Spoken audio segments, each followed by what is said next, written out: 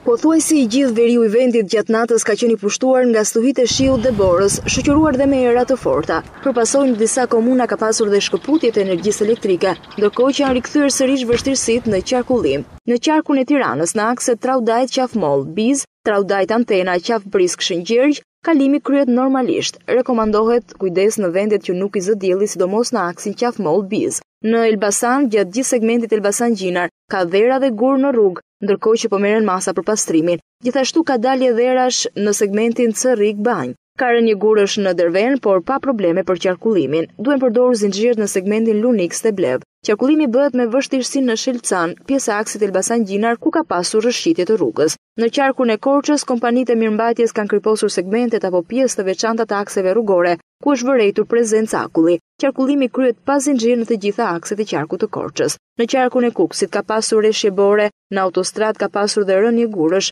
të cilat janë hequr bashkë me borën dhe po kryposen akset. Në rrugën kryqëzimi Domaj-Drajreç, Kukës-Qafshllak, ka prani ngricash. Qarkullimi rekomandohet të bëhet me zinxhir. Mbetet i bllokuar vetëm aksi rrugor rural në administrim të Këshillit të Qarkut që lidh komunën Arrën. Në orët e para të mëngjesit raportohet se i gjithë qarku Kukës, si pasojë erave të forta, ka pasur ndërprerje të herë pas hershme të energjisë elektrike, ku nga ora 22:30 në 3 lagje të qytetit të Kukësit, si edhe komuna Shtiqen e rrethit të Hasit, ende është pa energji elektrike. Në qarkun e Dibrës ka pasur rreshje bore kryesisht në Bulqiz dhe Peshkopi. Në kalat të Dodës vijojnë rreshje dera e fuqishme. Momentalisht qarkullimi bëhet me shumë vështirësi.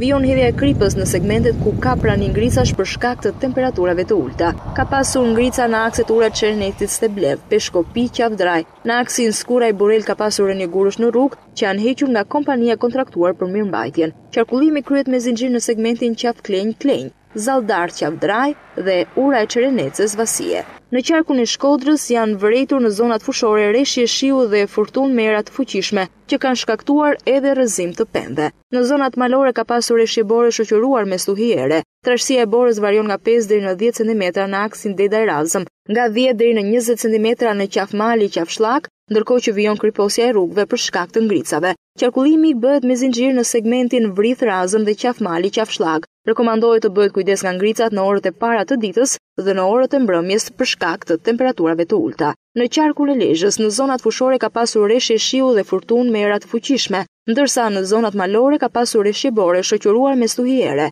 Trashësia e borës varion nga 5 deri në 10 cm në aksin Rreshen-Tuneli Thirrës. Vijon kryposja rrugëve për shkak të ngricave. Megjithatë, të gjitha akset qarkullohen pa zinxhir.